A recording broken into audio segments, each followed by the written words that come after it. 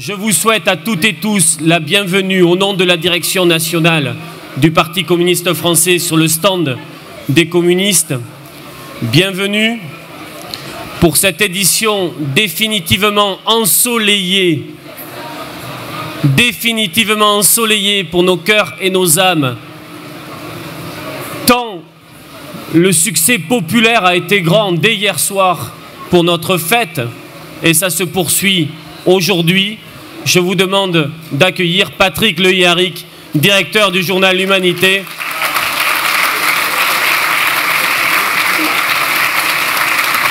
Et Pierre Laurent, secrétaire national du Parti communiste français.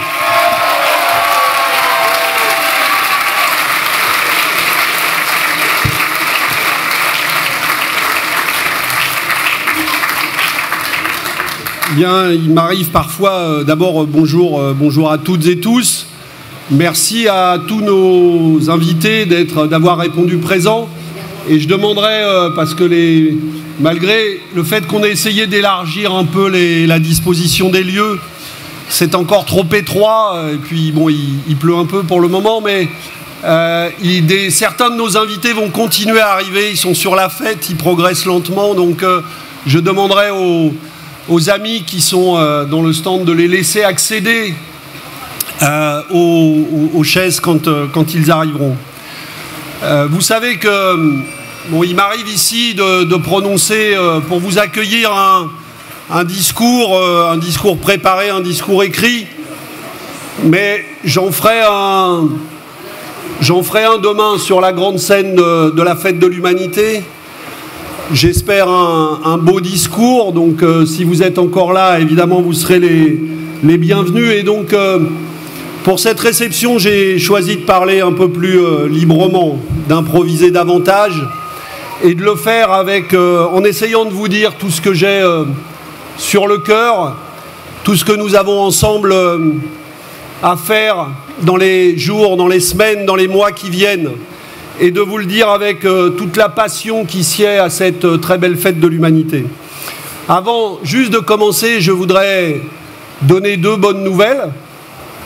La première, c'est que la pluie va s'arrêter vers 17 h.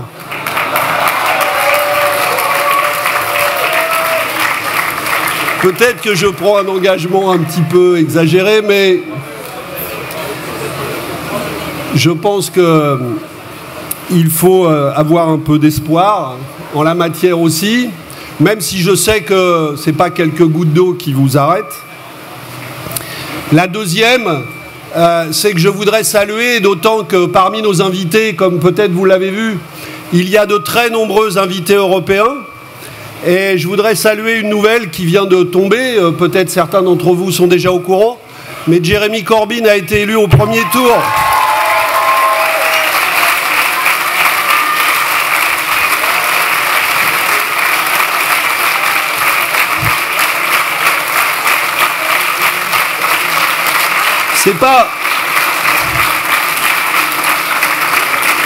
C'est pas souvent qu'on applaudit avec autant de passion le Parti travailliste britannique à la fête de l'Humanité, mais ça veut dire quand même quelque chose, et ça veut dire que probablement, et malgré tous les débats que nous avons et toutes les leçons que nous avons à tirer de ce qui s'est passé en Grèce, et je veux saluer tout particulièrement Yorgos, Yanis, Natacha, tous nos invités grecs.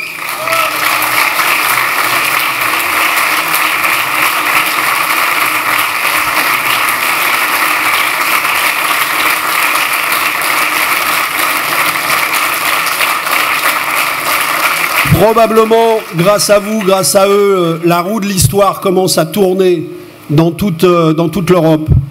Et nous allons évidemment continuer à joindre notre énergie à tout cela. Je me suis dit hier en traversant la fête, quel bol d'oxygène. On a vécu ces dernières semaines une rentrée politique qui ne donnait pas vraiment envie, c'est le moins qu'on puisse dire. Et ici, quand on traverse les allées de la fête, évidemment, on respire un tout autre air et ça fait particulièrement plaisir. Je me suis dit aussi qu'il était temps de parler avec son cœur quand hier, à 17 h, dans une allée de la fête pas très loin d'ici, nous avons rendu hommage à nos amis des familles de Charlie Hebdo.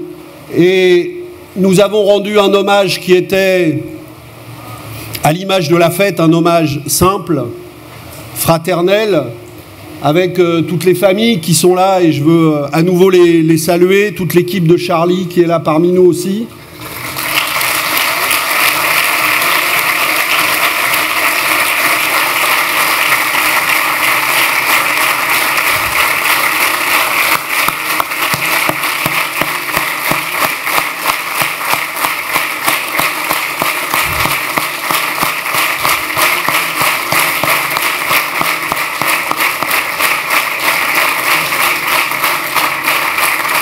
Patrick, qui est à mes côtés, a dit hier des choses, des mots simples, mais qui disait tout ce que nous pensons tous, et évidemment une pensée très forte pour Charb, pour Tinius, pour Wolinski, qui étaient des compagnons de la fête de l'humanité.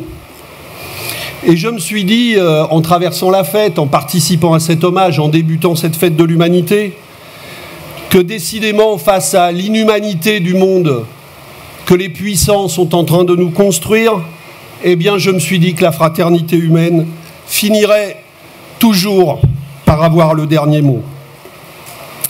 Parce que quand on y réfléchit, le 11 janvier dernier, quand s'est produit la tuerie de Charlie Hebdo, qui aurait imaginé que des millions et des millions de Français descendent dans la rue de cette manière pour défendre la liberté et l'égalité, et avec eux des millions d'Européens et des millions de citoyens du monde? Qui aurait imaginé, pour prendre un autre événement de cette année, qui aurait imaginé qu'en quelques semaines, après des mois et des mois de discours de haine, d'égoïsme, des murs construits un peu partout en Europe pour les arrêter, eh bien le cri qui l'emporte dans toute l'Europe à l'adresse des réfugiés, ce soit « Vous êtes les bienvenus ». Et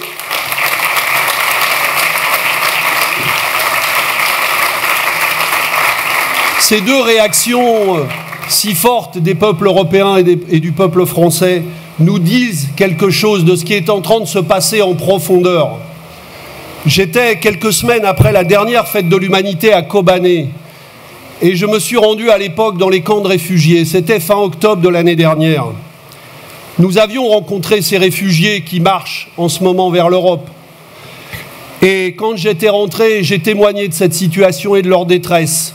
À l'époque, c'était il y a seulement 10 mois, il faut le dire, dans une grande indifférence politique et médiatique. Et nous avons continué à porter ce message. Nous avons continué à dire que la politique de la France, que la politique de l'Union européenne devait changer. Et finalement, c'est ce qui est en train de se passer sous la pression citoyenne dans toute l'Europe.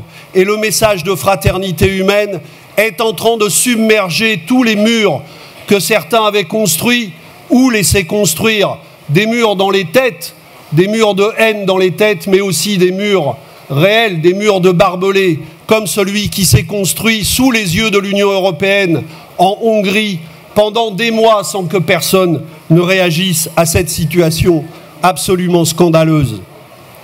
Eh bien, ces deux réactions massives de nos concitoyens montrent pour moi une chose essentielle, c'est qu'en profondeur, au-delà de toutes les difficultés que nous rencontrons, ceux qui cherchent son chemin dans notre pays et dans le monde, c'est la force d'un nouveau projet solidaire, c'est la force d'une nouvelle vision de la civilisation pour le XXIe siècle. Et je pense que les forces existent. Oui, je continue de penser que les forces existent pour que le peuple de France prenne toute sa part dans ce travail pour ouvrir ces nouveaux chemins. Vous l'aurez compris, moi je suis de ceux, contrairement à ceux qui nous expliquent tous les matins que ce peuple a renoncé, je suis de ceux qui pensent et qui croient en la France. Oui, moi je crois en la France parce que j'ai vu ce peuple à plusieurs reprises se lever ces derniers mois, et je sais qu'il existe dans ce peuple les forces pour ouvrir une voie nouvelle. Et je ne confonds pas l'état pitoyable, trop souvent pitoyable, du débat politique national avec l'état réel du débat d'idées dans ce pays.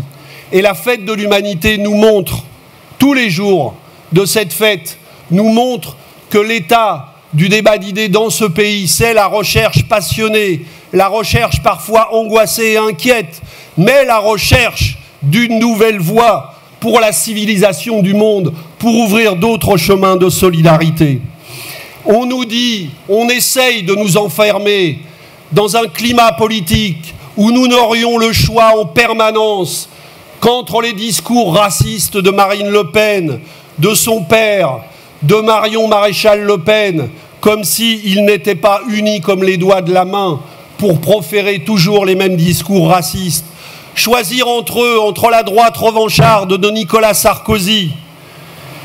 Et on voit, à propos de la situation des réfugiés, à nouveau de quoi est capable cette droite qui cherche, en essayant d'inventer des statuts de réfugiés qui n'existent pas en vérité, qui cherche elle aussi à continuer à dresser des murs et à fuir les responsabilités qui sont celles de la France dans une situation qui est celle du drame humain que nous connaissons.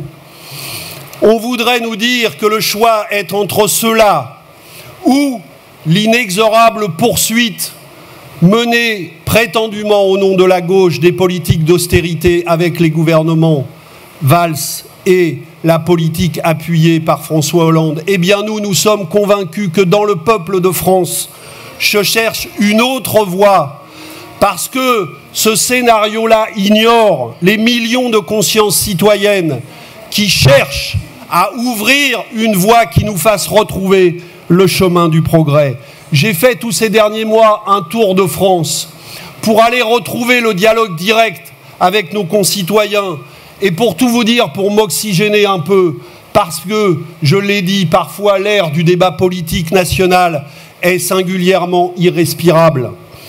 Eh bien, à chaque fois que je suis allé à la rencontre des Français, et j'ai choisi de le faire en multipliant des rencontres de proximité dans toutes les circonstances, pour prendre le temps de cet échange direct avec les Français, eh bien, je rencontre partout des Français qui ont envie, contrairement à ce qu'on nous dit en permanence, qui ont envie de vivre ensemble, qui savent leurs différences et qui savent que cette richesse-là est nécessaire pour construire une France qui soit belle et fraternelle. La France, on ne la distingue pas en catégories, on ne la hiérarchise pas, on ne la découpe pas en tranches en essayant d'opposer les uns aux autres. La France est belle de sa richesse diverse et c'est celle-là que les Français ont envie de vivre pleinement. Et c'est pour ça qu'ils ne supportent plus le spectacle d'un paysage politique qui semble ne pas laisser d'espoir à ce à quoi ils aspirent tous aussi fortement. Et il ne suffira pas, pour retrouver le sens de la devise de la République, de continuer les politiques actuelles et pour les faire oublier, d'aller chanter la Marseillaise au Stade Bauer avec le cœur de l'armée française. Moi qui suis un amoureux du Red Star et qui ai toujours voulu et vécu et voulu vivre dans ces quartiers populaires de l'Est parisien, de la Seine-Saint-Denis ou d'ailleurs, je sais la richesse de notre peuple. Eh bien, c'est en allant au-devant des exigences d'égalité, de fraternité, de justice de ce peuple que la France sera belle et qu'elle sera celle qui nous ressemble. Quand on va à la rencontre des Français, on rencontre partout des fonctionnaires si souvent décriés, des infirmières dans les hôpitaux, des professeurs d'école, des professeurs dans les collèges et dans les lycées, des fonctionnaires des impôts qui n'ont qu'une chose en tête, faire leur métier, qu'on les laisse travailler correctement, qu'on leur en donne les moyens pour aider la jeunesse de France à réussir. Et ces gens-là n'ont pas besoin qu'on leur donne des leçons, qu'on les fasse passer tous les soirs à la télévision pour des rétrogrades qui ne voudraient rien réformer, alors qu'eux, tous les jours, essayent concrètement de changer l'école, d'améliorer les services publics, de répondre aux besoins des Français. Oui, quand on va à la rencontre des Français, on en rencontre partout qui ont compris ce qui s'est passé pendant 6 mois en Europe.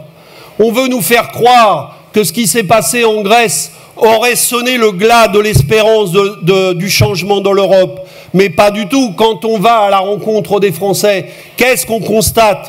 Eh bien que comme partout ailleurs, des millions d'entre eux viennent de comprendre à la faveur du bras de fer entre la Grèce et l'Union européenne que les choses ne pouvaient pas continuer comme cela, que c'est cette Union européenne fonctionnant sur les règles de l'austérité qui doit être totalement changée pour que nous puissions retrouver ici en Grèce, en Espagne et ailleurs l'espoir justement du rêve européen, d'une Europe de fraternité, d'une Europe de paix.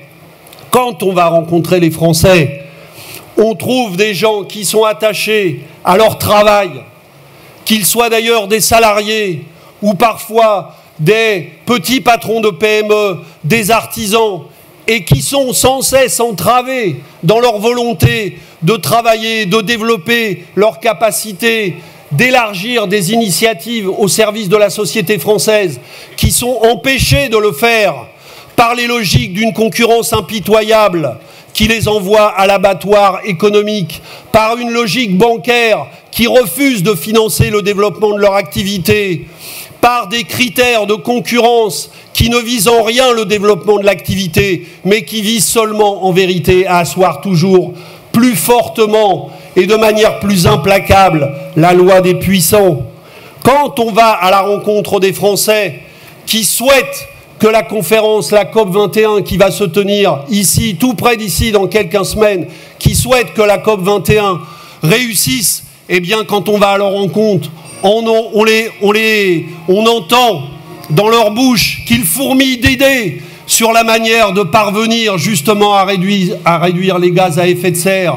On rencontre des cheminots qui nous demandent « Mais pourquoi est-ce qu'on continue à sacrifier le rail? Pourquoi est-ce qu'on ne développe pas le fret de marchandises dans notre pays, alors même que nous savons tous que sans ce fret, il sera impossible de faire reculer la pollution automobile, singulièrement dans une région comme l'Île-de-France. »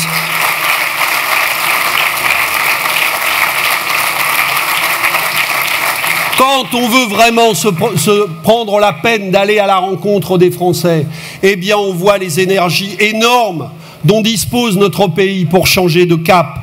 Or, face à ce pays, à ses forces, à ses énergies citoyennes qui cherchent la voie du redressement de la France, qui cherchent un avenir pour la jeunesse, qui cherchent la libération de nos capacités productives pour la mettre au service du développement partagé, d'un développement social partagé et de l'égalité, eh bien, à quoi assiste-t-on?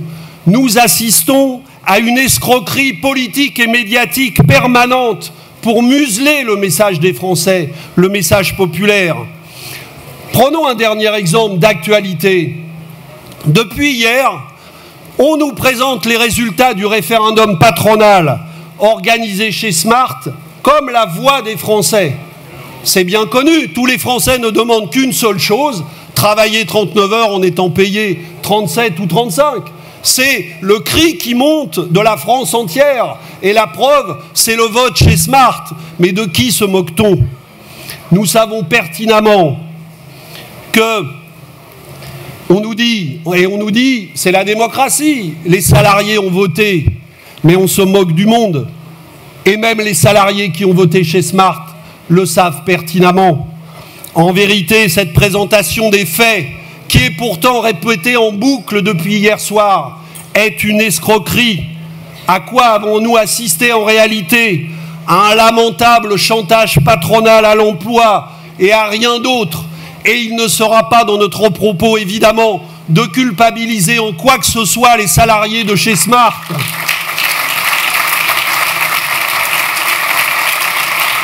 Ce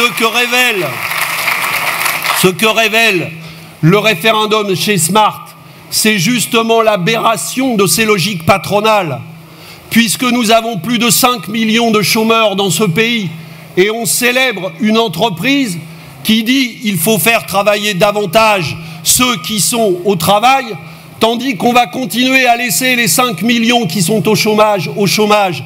Eh bien, le secrétaire général de la CGT a raison de le répéter et de le répéter à nouveau. L'avenir de la France et l'avenir de l'Europe, il est à la réduction du temps de travail et pas...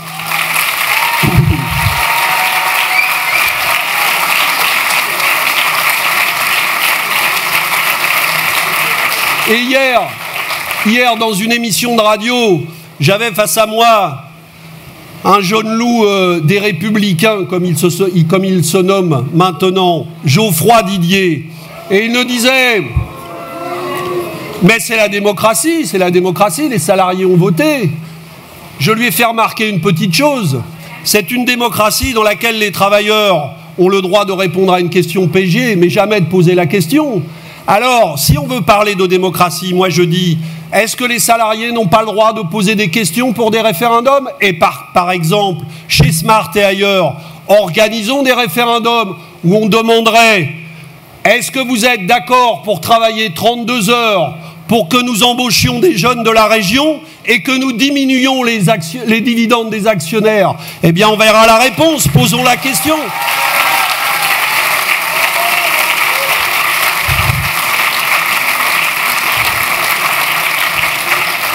Et puisqu'on demande, puisque paraît-il, il serait à l'ordre du jour de donner des nouveaux droits aux travailleurs, en voilà un, le droit de poser des questions pour les référendums dans les entreprises. Mais cette question, ce hold-up politique et médiatique permanent qui vise à travestir l'opinion des Français, l'opinion réelle qui se cherche dans le pays, nous l'avons retrouvé à propos de la Grèce, en tentant de nous expliquer que les Français avaient finalement intégré qu'au bout du compte, rien ne serait possible. Eh bien, moi, je pense, et toutes les discussions que j'ai sur le terrain me montrent cette réalité, qu'au contraire, comme je l'ai dit tout à l'heure, un plus grand nombre de Français se posent aujourd'hui qu'ils ne se la posaient il y a 6 mois, la question de changer le cours de l'Union européenne, et que notre devoir, c'est d'ouvrir un chemin à cela. Sinon, effectivement, nous irons vers des catastrophes démocratiques. On a essayé de nous faire croire pendant des mois que la fermeture des frontières, c'était ce que pensaient tous les Français, que les esprits étaient lepénisés et que c'était comme ça. Eh bien, ce qui se passe en ce moment montre qu'on nous a menti pendant des mois et qu'en vérité, les Français assistaient, comme beaucoup d'autres Européens, impuissants mais la rage au cœur devant les drames à Lampedusa et ailleurs, et que maintenant que cette parole se libère, eh bien c'est la vague de la solidarité qui est en train de submerger l'Europe entière. On nous explique aussi en ce moment que réviser le Code du travail, c'est la grande priorité de la France entière. Comme si, et puis on essaye d'employer des mots feutrés pour nous dire que bien sûr on ouvre le dossier, mais il ne s'agit en aucun cas ni de remettre en cause le SMIC, ni le contrat de travail, ni la durée légale du travail. On se demande alors bien pourquoi on ouvre le dossier. Mais en vérité, ce n'est pas la première fois qu'on nous vend ces mensonges.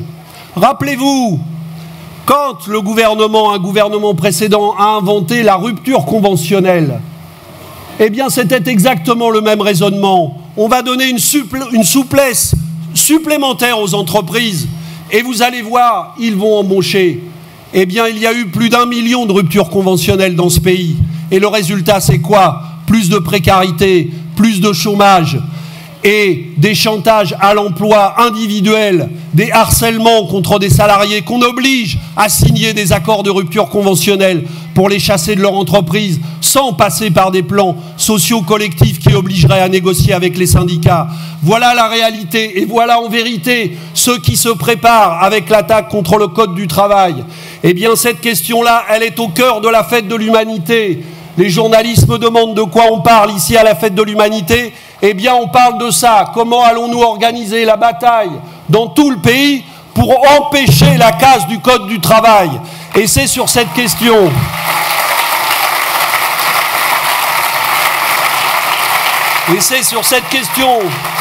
fondamentale que j'appellerai l'ensemble de ceux qui seront réunis demain au grand meeting de la fête de l'humanité à agir et à agir avec force dans les semaines qui viennent. Parce que tous ceux qui essayent de nous faire croire qu'il n'y a là rien de grave, rien de préoccupant, quand nous lisons tous les matins les interviews de Gattaz qui se félicitent de ce qui est en train de se préparer, eh bien tout simplement on nous prend pour des imbéciles, pour parler poliment. Parce que quand je discute de ça dans les allées de la fête de l'humanité, on emploie parfois des mots un peu plus crus pour parler du sort qu'on inflige à la parole populaire. La seule question dans cette situation, si nous sommes les uns et les autres, et c'est ma conviction profonde, persuadés que les scénarios politiques actuels laissent à l'écart ces voix immenses qui cherchent la voie du retour vers le progrès social partagé, eh bien alors, il n'y a plus qu'une seule question à nous poser tous ensemble, dans toute notre diversité. Et là, je ne parle pas seulement des communistes, je ne parle pas seulement du front de gauche, je parle de toute la gauche, de tous ceux qui, à gauche, comprennent que nous allons vers des catastrophes en continuant comme ça. Je parle à tous ces syndicalistes, à tous les responsables de mouvements associatifs, à tous les élus locaux, à tous les citoyens qui voient bien que nous ne pouvons pas laisser la situation en l'état. Eh bien, à tous, nous avons une seule question à nous poser. Allons-nous être capables, dans les mois qui viennent, dans les semaines, dans les mois qui viennent, dans les années qui viennent, de transformer cette immense énergie citoyenne et populaire qui existe dans la France en une force politique qui va renverser la table et qui va changer le scénario qu'on nous vend tous les matins et dont personne ne veut en vérité dans notre pays.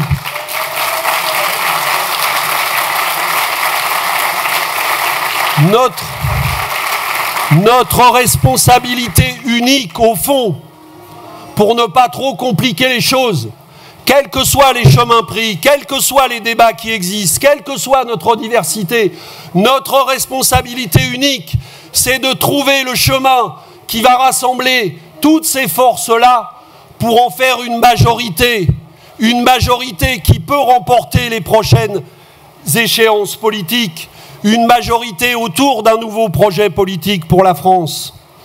On veut sans cesse nous intimider, essayer de nous impressionner, nous décourager.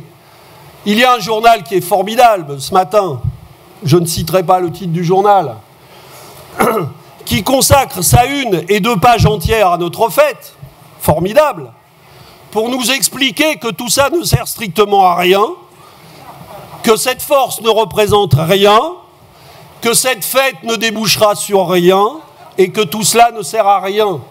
Mais nous voyons bien l'opération.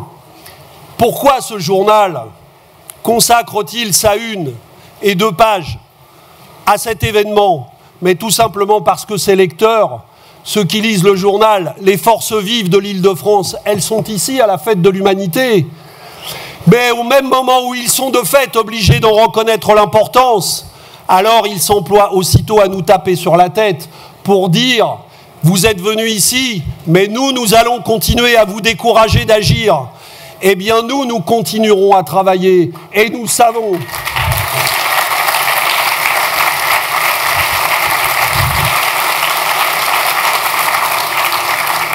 Et nous savons que les forces existent et que nous trouverons, même si parfois le chemin paraît plus escarpé que nous ne le souhaiterions, nous continuerons à avancer vers le chemin de ce rassemblement. On m'interroge beaucoup, je parle des journalistes, parce que dans les années de la fête, on ne parle pas beaucoup de ça, de sujets un peu dérisoires, de sujets de division, de sujets de débat entre les forces que nous cherchons à rassembler. Bien évidemment, ces questions existent et nous essayons de lever les obstacles un à un. Mais nous savons que l'essentiel n'est pas là. L'essentiel est le devoir de rassemblement que nous commande la situation. Et je veux dire pourquoi dans ces conditions nous attachons tant d'importance à poursuivre l'œuvre que nous avons entreprise avec le Front de gauche pour emmener l'ensemble des forces du Front de gauche unies aux élections régionales et dans toutes les échéances. L'importance que nous accordons à ce que le Front de gauche travaille en toutes circonstances avec des forces nouvelles, du côté des socialistes, du côté des écologistes, du côté de tous ceux qui, comme nous, savent que si nous en restons là, nous ne serons pas assez forts et assez rassemblés pour imposer ce qu'au fond, le pays dans sa grande majorité, ce que les forces populaires de notre pays dans leur grande majorité attendent.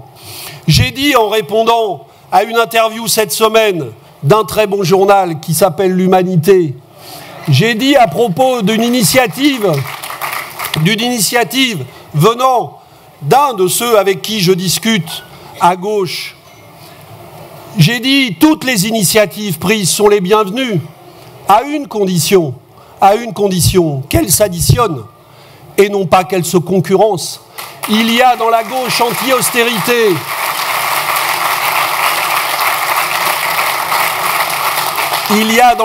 anti-austérité des forces nombreuses qui réfléchissent. Oui, elles ne sont pas toutes unies et rassemblées aujourd'hui. Mais si à chaque fois nous faisons de la moindre différence un obstacle à ce rassemblement, comment allons-nous avancer? Moi je dis à tous, je dis à Benoît Hamon, je dis à Cécile Duflot, à Emmanuel Cos, à Jean-Luc Mélenchon, à Arnaud Montebourg, à qui voudra, à tous ceux qui sont là, je leur dis, nous devons nous engager dans un processus commun pour construire un projet politique,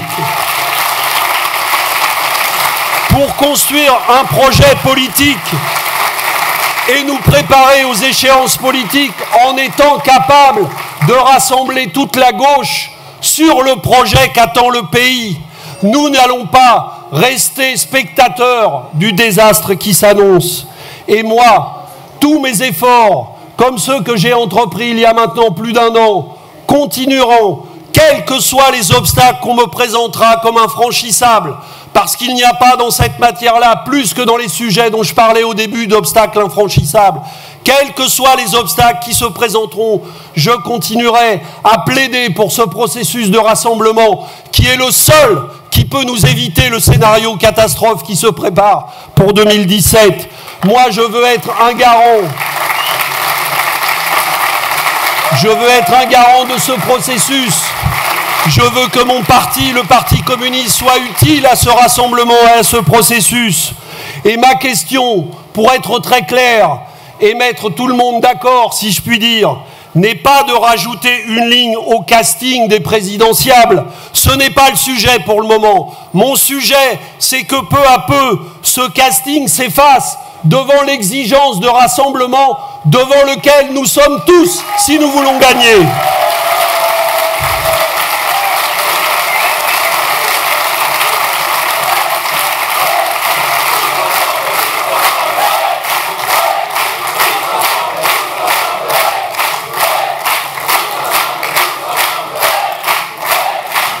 Alors, permettez-moi de terminer avec un dernier mot, puisque vous savez que toutes les échéances mériteront cette mobilisation. Les luttes qui sont devant nous, j'ai parlé du code du travail et beaucoup d'autres, et j'aurais pu parler de beaucoup d'autres sujets. La lutte sur les migrants, les luttes sur l'Europe. Mais la bataille, c'est aussi affronter le suffrage universel quand l'échéance se présente. Les élections régionales qui se tiendront à la fin de cette année sont d'une grande importance. D'une part, parce que les pouvoirs de ces régions viennent d'être considérablement renforcés. D'autre part, parce que tout le monde voit bien que l'échéance comptera pour la suite des événements et qu'il n'est pas question d'enjamber cette échéance en pensant qu'elle n'aura pas de conséquences pour la suite. J'y vois aussi une autre raison. À cause de la situation politique et du désarroi provoqué chez les électeurs de gauche par la politique gouvernementale et son entêtement à endosser l'agenda du MEDEF, à cause de ce désarroi, oui, je le dis, le risque existe d'une large victoire, et même, je l'ai dit hier aux journalistes, et malheureusement je le pense, le risque existe d'un grand chelem de la droite, et même de victoire de l'extrême droite. Eh bien moi, je vous le dis clairement, pour moi, pas plus aujourd'hui que demain, et quelles que soient les circonstances, il ne sera question une seule seconde, une seule minute de laisser ce grand chelem se réaliser. Nous ne voulons d'aucune victoire de la droite, et encore moins de l'extrême droite aux échéances régionales. Et nous travaillerons à ça d'arrache-pied.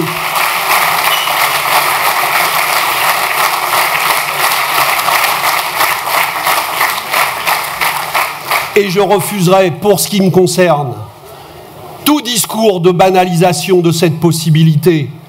Le moment est trop important et les conséquences d'une telle victoire seraient trop graves pour ceux qui souffrent dans notre pays et ceux qui cherchent justement une autre voie. Mais je sais aussi que pour que ces défaites soient possibles, ces défaites de la droite soient possibles, il nous faut l'entrée en campagne maintenant immédiate de toutes nos forces. Et j'appelle, pour ce qui me concerne, toutes les forces communistes à s'engager dès demain matin dans la campagne. Quel que soit l'état de préparation des listes, les Français doivent savoir que dans cette élection, il y aura une voie pour la gauche anti-austérité. Cette voie, nous la porterons dans les 13 régions au premier tour de l'élection. Et cette voie, si elle peut s'élargir à d'autres, tant mieux, mais elle devra de toute façon porter haut les couleurs de ce rassemblement et de cette ambition de rassemblement. Et si j'ai personnellement, et nombreux sont ceux qui savent ici, que ce n'était pas forcément mon idée première, parce que contrairement à ce que je lis ici ou là, mon ambition dans la vie n'est pas de cumuler des mandats ou de courir après je ne sais quelle charge supplémentaire.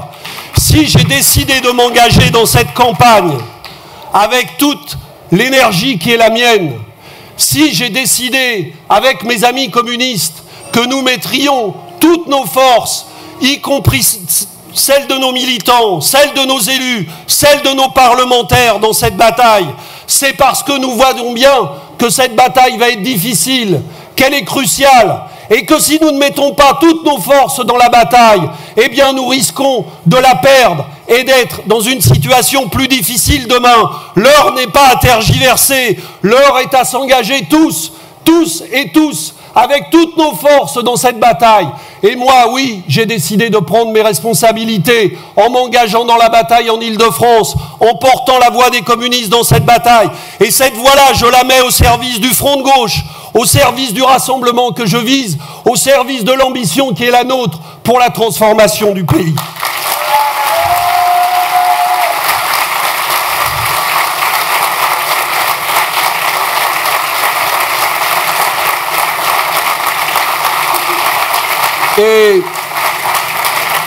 Et enfin, un dernier mot, puisque vous en entendrez parler, nous avons pris il y a quelques jours une décision importante, puisque nous avons décidé de convoquer le prochain congrès du Parti communiste, qui se tiendra du 2 au 5 juin 2016. Et je suis certain que ce sera un grand événement de la politique nationale, de la politique française.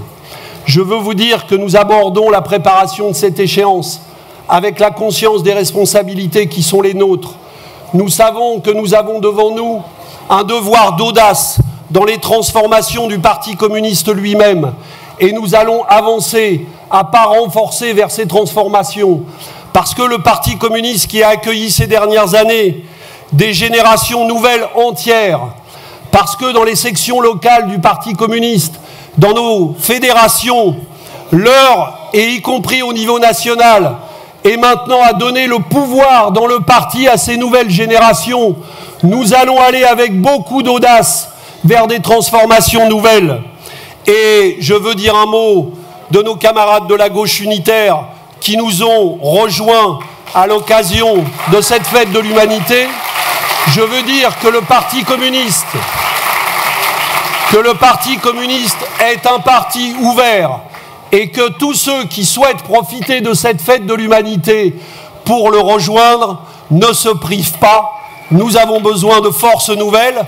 Je sais que déjà plusieurs centaines de participants à la fête ont accompli ce geste. J'ai moi-même, vendredi soir, remis sa carte du Parti communiste à un membre de l'Académie des sciences. Donc on peut adhérer au Parti communiste quand on est un ouvrier, quand on est un membre de l'Académie des sciences, quand on est un artiste, et parfois des artistes qui jouent sur les scènes de la fête de l'humanité ou ailleurs. Le Parti communiste est un parti qui est un parti de toute la société française. C'est un parti qui a toujours su faire corps avec la France. Eh bien, ce parti, il va plus que jamais prendre ses responsabilités dans la situation que connaît notre pays. Merci.